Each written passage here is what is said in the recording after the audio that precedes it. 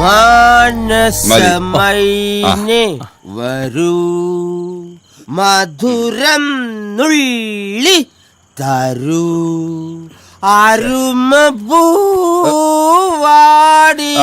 മതിടാ പരീക്കുട്ടി, ഞാൻ പാടും. പാടി പാടി നെഞ്ചു പൊട്ടിച്ചാകും.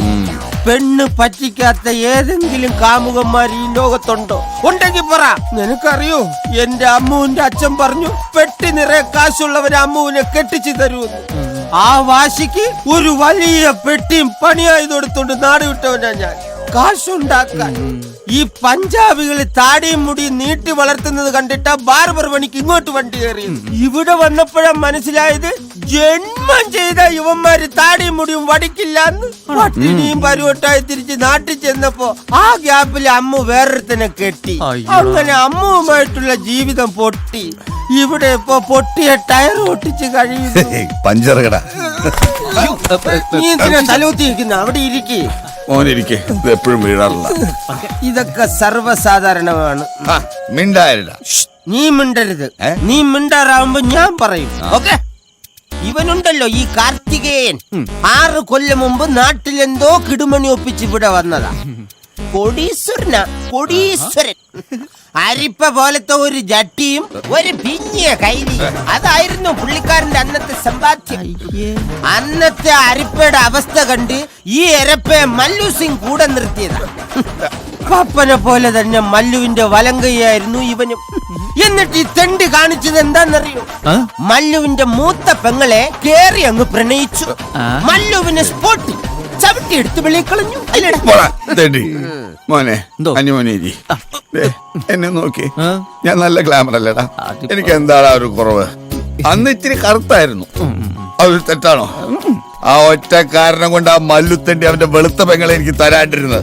മോനെ നീ കേക്കണം, ആ മല്ലു പബ്ലിക്കായിട്ട് പറഞ്ഞാടാ അവന്റെ പെങ്ങളെ വെളുത്ത ഒരാൾക്ക് മാത്രമേ കൊടുക്കൂന്ന്. നിനക്കറിയോ? അതുകൊണ്ട് 1 കിലോ ഫെയർ ആൻഡ് ലവ്ലി ഞാൻ ഒരു ദിവസം തേക്കണം. കുറച്ചൊക്കെ തിന്നുകയും ചെയ്യും. എനിക്കിപ്പോ സൂര്യനെ പേടിയാടാ.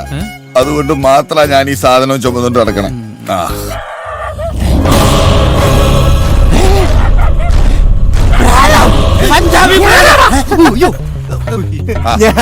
നീ കള്ളു ഷാപ്പിൽ കയറുന്ന പോലെ തലയിൽ മുണ്ടിട്ട് പതുങ്ങി വരുന്നത് ഇതാരെ പേടിച്ചു? മല്ലുവിനെ അല്ലാതാരെയാ? എടാ, ഞാൻ ഇപ്പോഴും ഈ വൃത്തികെട്ടവന്റെ കൂടെയാന്ന് പറഞ്ഞ അവന്റെ നട്ടല് ചവിട്ടി ഓടിക്കും. അതാ മോനെ, നീ പേടിക്കണ്ടടാ. ഇവൻ പ്രശ്നക്കാരനല്ല, നമ്മുടെ കമ്പനിയാ. ഇവൻ പ്രശ്നക്കാരനാകും. മല്ലുവിന്റെ പെങ്ങന്മാരാരെങ്കിലും നോക്കിയെന്നറിഞ്ഞു. ആരാടാ മല്ലുവിന്റെ പെങ്ങന്മാരെ നോക്കിയത്? ഞാനൊന്നുമല്ല. ഞാൻ ഇവനൊരു താക്കീത് കൊടുത്തു. കൊടുത്തോ. അതും മാത്രം ഞാൻ സഹിക്കില്ല. മല്ലുവിന്റെ പെങ്ങന്മാർ എന്റെയും പെങ്ങന്മാരാ. നിനക്ക് അടിക്കണം? അടിക്കും. മല്ലുവിന്റെ പെങ്ങന്മാരെ ആര് നോക്കിയാലും ഞാൻ അടിക്കും. അതല്ലടാ, സ്മോൾ അടിക്കണോ? അതും ഞാൻ അടിക്കും. അത്ര അടിക്കണ്ട, കുറച്ച്. ഇവൻ ഇത്തിക്കണിയാണോടാ? ഹനുമാൻ ഹനിമോൻ ഒരു അരി അന്വേഷിച്ചു വന്ന. ഏതേരി? നിന്റെ ബീഡി പയ്യനാ? ആശവൊന്നുമല്ല, ഹരീന്ദർ സിംഗ്. എന്തിന്? അത് പറയാ, നീ അടി. നീ പറയുന്ന ഹരി നാട്ടിലാരായിരുന്നു? ആരായിരുന്നു എന്നല്ല, ആരായിരുന്നില്ല എന്ന് ചോദിക്കുന്നതാ ശരി. ഹരി നാട്ടിലെല്ലാമായിരുന്നു. മണ്ണാന്തൊടി ഗ്രാമപഞ്ചായത്തിന്റെ കൊയ്ത്തുത്സവത്തിന് മുന്നോടിയായി ഇവിടെ നടന്നുകൊണ്ടിരിക്കുന്ന കലാകായിക മത്സരങ്ങൾക്ക് സമാപനം കുറിച്ച് ഈ തെക്കേക്കണ്ട മൈതാനിയിൽ നടന്നുകൊണ്ടിരിക്കുന്ന വാശിയേറിയ കബഡി മത്സരത്തിൽ ഇത്തവണയും ഹരിനാരായണ നയിക്കുന്ന തെക്ക് ഭാഗത്തുകാരുടെ ടീം വിജയിക്കുമോ എന്ന് കണ്ടറിയേണ്ടതാണ്. അതെ, ഹരിയുടെ ഒറ്റയാൾ പോരാട്ടം ഏതാണ്ട് പരിസമാപ്തിയിലേക്ക് എത്തിക്കൊണ്ടിരിക്കുകയാണ്. കബഡി കബഡി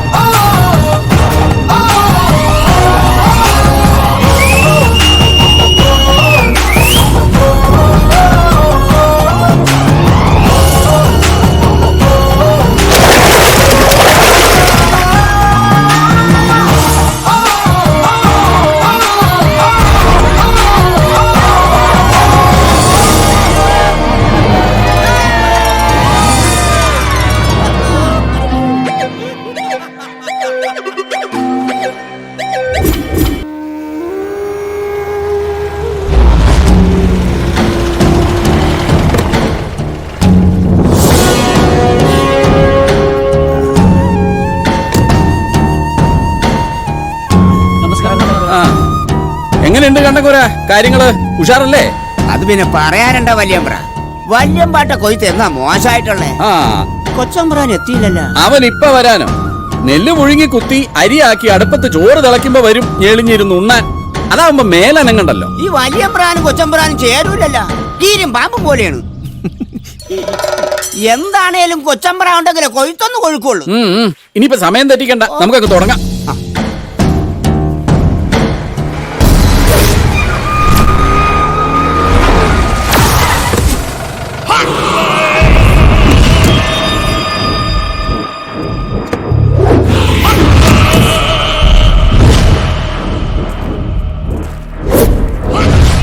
രാഘവന്നാരെ കൊയ്ത്തിനിറങ്ങാൻ വരട്ടെ. ചെറുപറമ്പത്തുകാരുടെ വീതം കൊയ്യാൻ അതിന് അവകാശപ്പെട്ടവർ വേറെയുണ്ട്. ഓഹോ, ദാ ഇവര് വേണമെങ്കിൽ ഒരു ഓഹരി അരിക്കും കൊടുത്തേക്കാം. ഒന്നുമില്ലെങ്കിൽ രക്തബന്ധമായി പോയല്ലോ. ഇത് ഇവരുടെ അവകാശമാ. ഇവരുടെ അവകാശം? എന്താവകാശം? ഇത്രയും കാലം കൊയ്യിച്ചത് രാഘവൻ നായരാണെങ്കിൽ ഇനി അത് തന്നെ നടക്കും.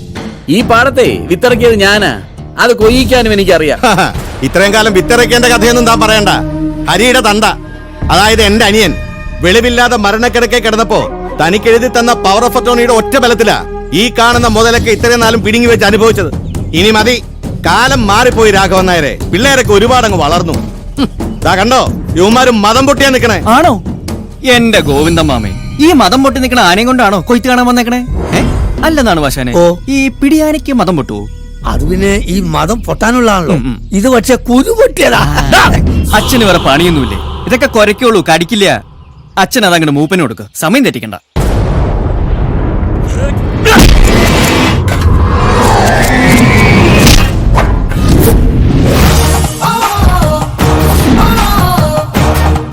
മോനെ ഹരി, നിനക്ക് അവകാശപ്പെട്ട മുതല അയാൾ വെട്ടിപ്പിടിച്ച് വെച്ചിരിക്കുന്നത്. അത് ചോദിക്കാനാ നിന്റെ ഈ കൂടപ്പിറപ്പുകൾ വന്നിരിക്കുന്നത്.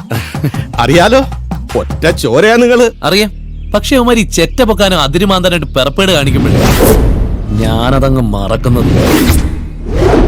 ഇനിയെങ്കിലും ഇവന്മാർക്ക് നല്ല ബുദ്ധി പറഞ്ഞു കൊടുക്ക്, അല്ലെങ്കിൽ ചത്ത് കഴിയുമ്പോഴേ വായ്ക്കരിയുടെ ആളില്ലാണ്ട് വരും. ആട്ടും തുപ്പും കൊണ്ടൊരു പട്ടിയെ പോലെ നീ ഇയാളെ കാൽ ചവിട്ടി കിടന്നോ, ഒരു ദിവസം നിന്നെ ഇയാളെ ചവിട്ടി പുറത്താക്കും. നോക്കിക്കോ. മനസ്സേകാഗ്രമായിരിക്കണം, എങ്കിലേ നീക്കങ്ങൾ ഗണിക്കാൻ പറ്റൂ. കളിയിലായാലും ജീവിതത്തിലായാലും. നിന്റെയൊക്കെ ചോരത്തിളപ്പുള്ള പ്രായത്തില് ഞാൻ വെട്ടിപ്പിടിച്ചതാ ഈ കാണുന്നതൊക്കെ.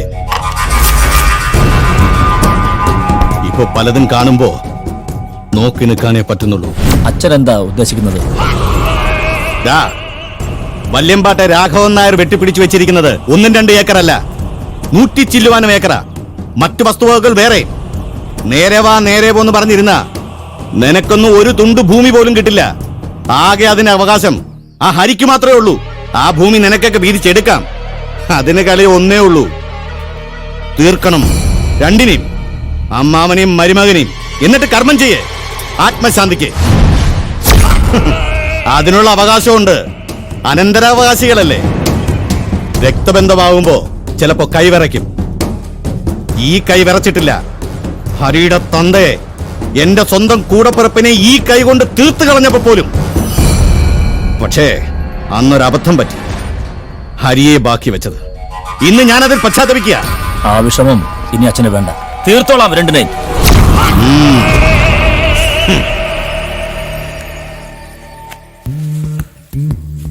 മോനെ, 1/2 കിലോ പഞ്ചസാര എടുത്തോ.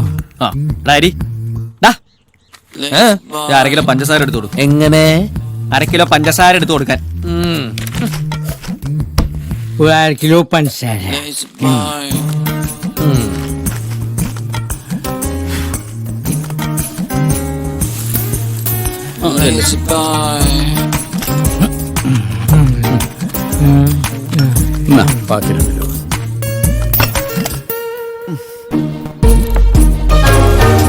അതെ, 1.5 കിലോ ഉണ്ട്. 1/2 കിലോയുടെ കാശ് എനിക്ക് തന്നാ മതി. വാസുവേട്ടൻ 1/2 കിലോ പഞ്ചസാര പറ്റ്. ഇവനെന്താ പതിവില്ലാതെ ഇവിടെ കിടന്ന് കറങ്ങണേ? ഹരിക്ക് കുറച്ച് കാശ്. ആഹാ, എന്തിനാണാവോ? പുതിയ ബിസിനസ് തുടങ്ങാനാ. എത്ര വേണ്ടി വരും? എത്ര? 10. ഒരു 10 രൂപ. പോരാതെ വരുമോ? അഡ്ജസ്റ്റ് ചെയ്തോളാന്ന്. കാശ് ഞാൻ തരില്ല. ബിസിനസ് ചെയ്യാൻ പോണു. ഇനി എന്ത് ബിസിനസ്സാണ് നീ ചെയ്യാൻ ബാക്കിയുള്ളത്? അത് വെച്ചോടോ. നീ ആ ഡിഗ്രി എടുത്ത് കക്ഷത്ത് വെച്ച് നടന്നോ. എന്തെങ്കിലും ഒരു പണി കിട്ടി അതിന് പോകൂ, അതുമില്ല. മേലനങ്ങാൻ പറ്റില്ല, അത് തന്നെ. ബിസിനസ് ചെയ്യാൻ നടക്കണം. എടാ നിന്റെ പ്രായം തന്നെയല്ലേ അവനും. നീ അവനെ കണ്ടു പഠിക്ക്. 10 ക്ലാസ്സേ പഠിച്ചിട്ടുള്ളൂങ്കിലും നന്നായിട്ട് പൊതി കെട്ടാനെങ്കിലും അറിയാം. നിനക്കോ? നിന്നെയൊക്കെ ഡിഗ്രി വരെ പഠിപ്പിച്ചതാടാ ഞാൻ ചെയ്ത തെറ്റ്. മനുഷ്യനെ മെനക്കെടുത്താൻ നടക്കണം. എന്നെ കൊണ്ടൊന്നും പറയിക്കണ്ട. ഞാൻ ആ വില്ലേജ് ഓഫീസ് വരെ ഒന്ന് പോയിട്ട് വരാം. നീ ഇവിടുത്തെ കാര്യങ്ങളൊക്കെ ഒന്ന് നോക്കിക്കൊള്ളാം കേട്ടോ. ശരി. ആ പിന്നെ ഇവന്റെ മേലെ ഒരു കണ്ണ് വേണേ. ഓ ബിസിനസ്സുകാരൻ. എടാ നിന്റെ തന്തയ്ക്ക് പ്രാന്താണ്. കാക്കാശിന് വിവരം അങ്ങർക്ക്. പോയി കഴിയുമ്പോ മൊത്തം ഡയലോഗാ. നീ ഇത് കൊണ്ടോട്ടോ മറച്ചു വെക്കാൻ. നിന്റെ തന്തയോട് മര്യാദയ്ക്ക് കാശ് വെച്ചാൽ തരില്ലല്ലോ. അപ്പൊ ഇതേ ഉള്ളു മാർഗം. എനിക്കും വേണ്ട ചെലവിന് കാശ്.